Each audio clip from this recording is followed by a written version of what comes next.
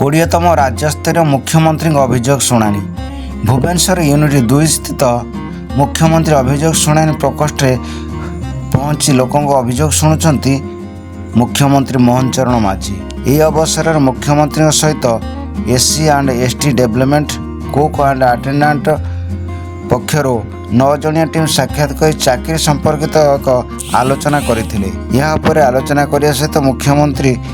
कही आम सरकार लोकों समस्या को सहृदय सह शुणी समाधान करने को प्राथमिकता देउछंती। आसंती ये नहीं कौन रही 9 जणिया टीम पक्षर आम जाना कौन रही। मो ना हूँ सूर्यकांत बेहरा एससी डिपार्टमेंट जो हॉस्टेल कुकम एटेंडेंट यूनियन संघर मो प्रेसिडेंट अच्छी। आज आप मुख्यमंत्री अभियोग जनशुणाणी आसते कौन दाबी रही कौन आप आज मुख्यमंत्री पाखक जो आसिलु आम आज सक्सेस है भाया कथा अनुभव कलु। नेक्स्ट आ पूर्व जो ग्रीभांस आसलु मुख्यमंत्री साहब टोटाल भाव मना करते तुम मान को स्थायी नियुक्ति कराहब नहीं, किंतु आज किसी विशेष प्रभाव पड़ी जहाँकि आज आम जो दाबी कर स्थायी नियुक्ति जदि स्थायी नियुक्ति न हुए ताले डबल मजूरी दि जाऊ बोली आम से 2टा प्रस्ताव देइथिलु। से प्रस्ताव एटा को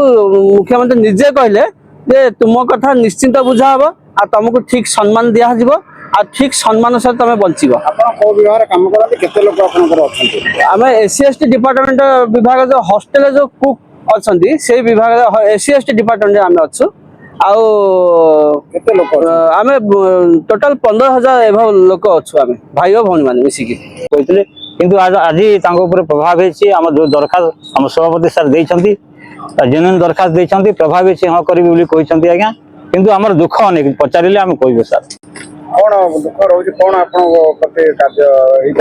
दुख है सार आम कुक कम अटेंडेंट कुक तो रही अटेंडेंट भी रही दिन राति 24 घंटा खटुचु आज्ञा आमर कौन दिन रविवार भी छुट्टी ना स्वाधीनता दिवस रे छुट्टी ना आमको दस्खत मारिबा अनिवार्य दस्खत न मारे आमर दरमा हो न थाए कि आम हेडमास्टर मानकर अंडर था सब से माने छात्र छात्री ना जहाँ भी कार्य करेंगे विद्यालय रे लैट्रिन बाथरूम सफा करवा बगीचा काम करवा बाजार को जीवा छुआ को हॉस्टेल नेबा हॉस्पिटल नेबा भली विभिन्न प्रकार आनुषंगिक काम शह शह छात्र छात्री को बापा मा सदृश खटुचु आज्ञा तेणुक आम मौलिक अधिकार ना केवल मात्र 14,500 टका दूची जहाँकि आज्ञा ये अर्धकुशल श्रमिक को जो सरकार स्थिर कर श्रम विभाग ता संगे समकक्ष नुहे। तेणु आज मुख्यमंत्री को ठारू आम शुणिलु एवं आश्वासना देला परे लागला जे तुम कथा को मु ग्रहण कली आ तुम आत्मसम्मान रखला बोली काम करा जिवो बोली कहछंती आज्ञा। आशा तो रही सार प्रतित्व आम जाना पाइलु जे किछि गोटे प्रभाव होइछि। भुवनेश्वर प्रमोद परिडा रिपोर्ट संघर्ष टीवी।